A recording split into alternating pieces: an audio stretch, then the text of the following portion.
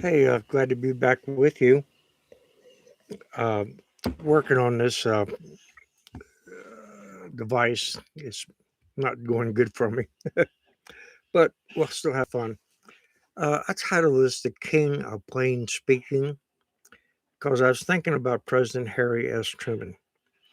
And why am I thinking about him? Because so many politicians are on television talking. They say nothing. They use words that the average Joe on the street don't understand, and of course, they do nothing. But Harry S. Truman said what he meant what he said. Eh, Back in the 40s and 50s and 60s, such words like damn, using the Lord's vain name, could get you a couple $100 fine from the Federal Communications Department. Uh, let's see. Okay, yeah, I was going to tell you some of his quotes. Um, he wouldn't say that a man is less than honest. That's the polite way to say it. That's the educated way to say it. He would just say, the man's a goddamn crook. Excuse my French, his French. Or he wouldn't say that a man is less than candor. He would say he's a goddamn liar. He called Richard Nixon a crook, I believe. And see what it's, now, if you'd like to go into Harry Truman, he's a very interesting guy. There's a couple places you might want to go to. Go to YouTube and get James Whitmore, famous actor, Shamshuck Redemption, goes back a long ways, Law and Mr. Jones. And you see him at the Ford Theater doing Harry S. Truman. It's just amazing, does a good job. Another one is Gary Sinise. He does the whole story of President Truman from the as a farmer, uh, going in commanding captain, command company D, battery division, all the way up to the Pendergast, appointing him as a judge, and to finally retiring. And does an excellent job on his wife. President Truman was born May the 8th, 1884, a long time ago. And he died December 22nd, 26, excuse me, 1972. And he was our 33rd president. One of his quotes I like, he says, I don't tell Republicans that this is hell. I tell them the truth and they think it's hell. And I'm paraphrasing that a little bit. Uh, some of his accomplishments, he made the decision to end the war with Japan by doing two atomic bombs. The first one, they still would not give up. So the second one got the job done. And they were going to fight. I've had people on my bus that were soldiers and demolition crew, and they said that when they went to Japan for 9 days, they had hundreds and hundreds of boats with explosives in the hull. They were going to do kamikaze when our ships came in. So I believe history will bear out that he made the only decision. And statistically speaking, the atomic bomb did not kill the most amount of Japanese in one night. It was the incinerator bombs. Let's see. He was decisive when the communists moved into South Korea. Um, he took decisive action.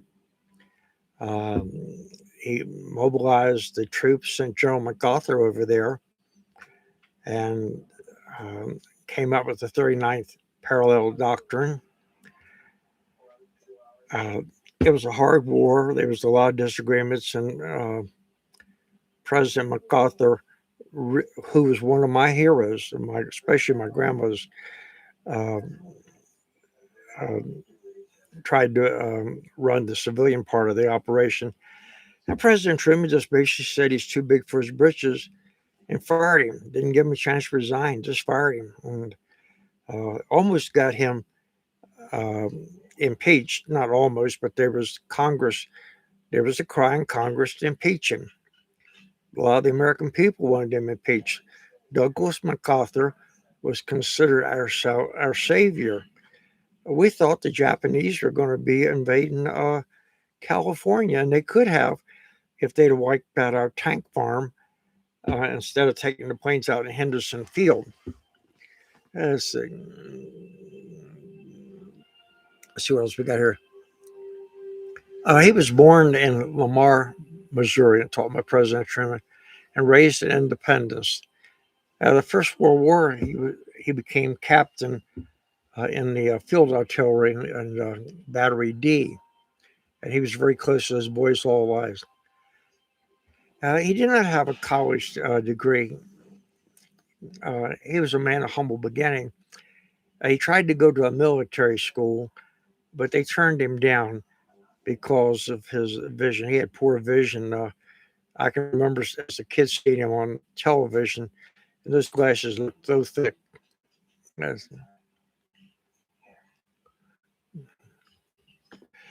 Now, but he was still well educated. And in those days, people read. My grandmother took a pencil and drew every line through every article she read, and every word. You weren't going to waste those words. It cost you money.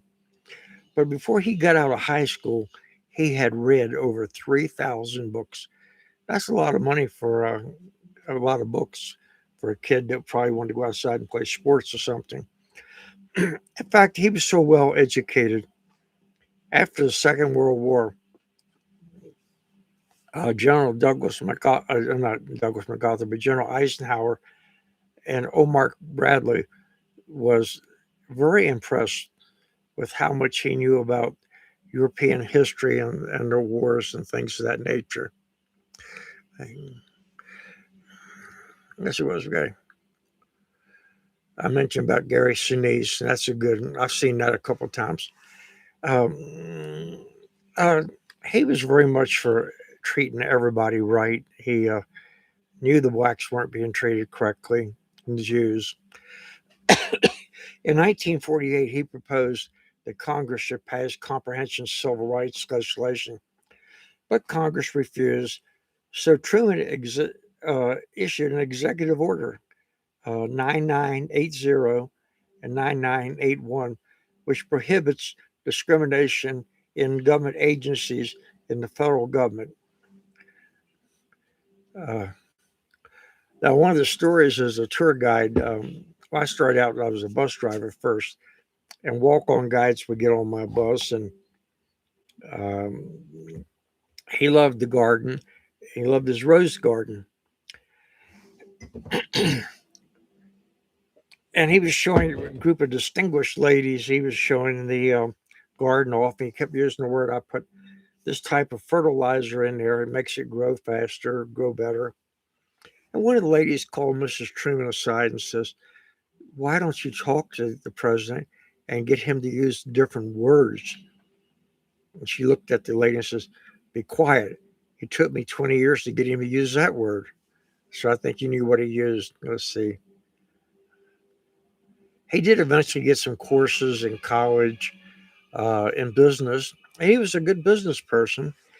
So after the First World War, he started a haberdashery with a Jewish friend of his. And they ran a good store, but the Great Depression came along and they had to close up doors. They didn't go bankrupt. President Truman did not take the easy way out.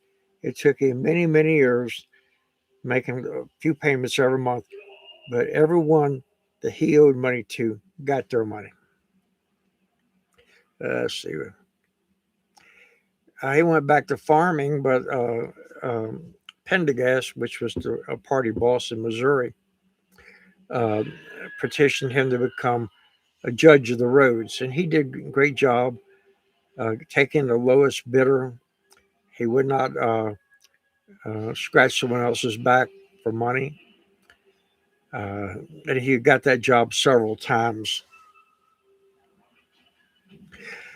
Now, eventually, he got appointed United States Senator. He wanted to be governor, but they didn't think that would work out.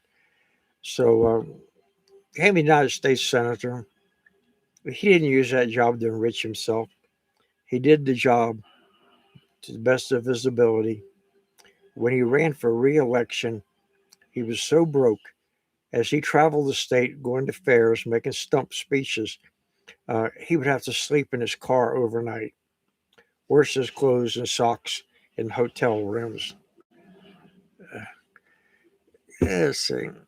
Now, in 1940, he traveled to a variety of military bases, and the waste and profiteering he saw to him um, just disturbed him. And so he started the committee, the Military Affairs Subcommittee on War Mobilization. Now, as we got into the Second World War, the Manhattan Project came to his attention, but he was advised to stay away from it. And he didn't know anything about it until he became president of the United States.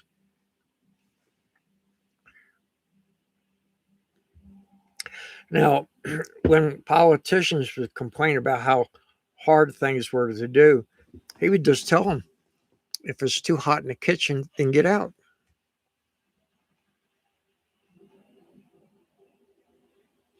Now, when he got to be made vice president, he didn't campaign for it. He didn't want it. He liked the attention. He was human.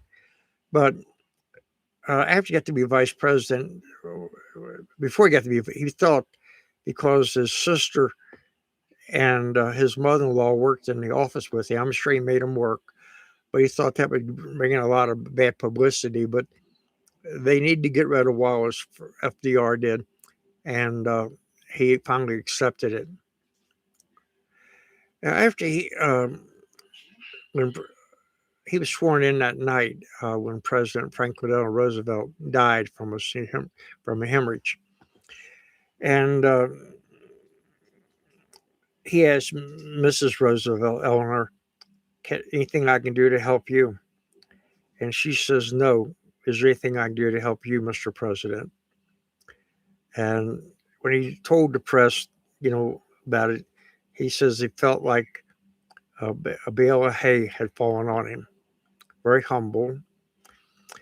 But as president, some people thought he popped off too much. That's what my grandmother said. She wanted to claw his eyes out because he fired President MacArthur. But he did the right thing. We have a civilian ran by the civilian. The military is ran by the civilian government, not by generals. So his ratings went from 80% down to about 45, and eventually I think got down to the 30s. And it took about 20 years after his death for them to come back up. Now, by many historians, he's considered to be one of the greatest presidents in our history. He certainly made the most amount of decisions. The atomic bomb, establishing, I think, NATO, not saying, drawing a line in the sand against communism, the 39th parallel. And he worked very hard to make it a military police action and not to get us in World War III.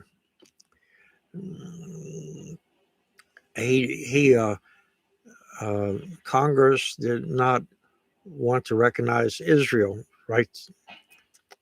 Jewish people were still being discriminated against, but he recognized the state of Israel. Again, he did not do what was politically correct.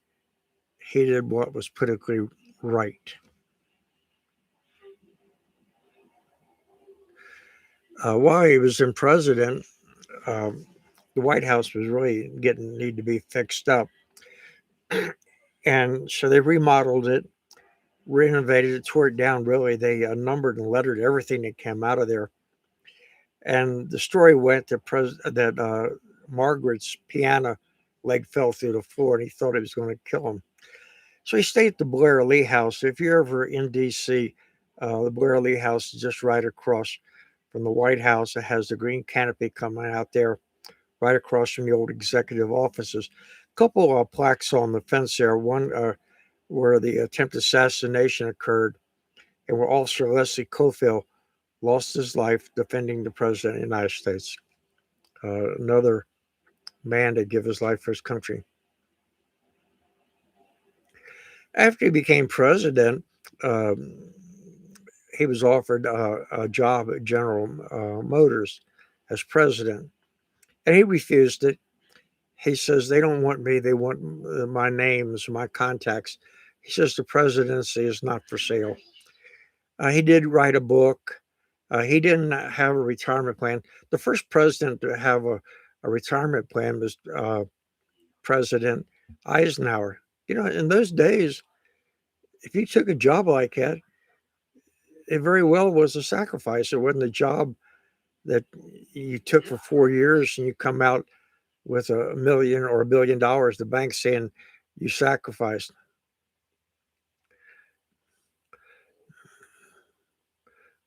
Let's see here. Now the re-election was very close, and there was Dewey, a Republican, was projected the winner before the night was over by a Chicago newspaper, Tribune, I believe. But California was a large state even those days, and they had about 4 electoral votes came in, and that pushed him over. And you'll see that's what I have on the backdrop there, him showing that. But again, he called Richard Nixon one time a GD crook. But he said what he meant what he said. And I mean when I say it's worth your time to get a good book on him or see those 2 things on television I told you about. It's Cowboy Ron saying so long.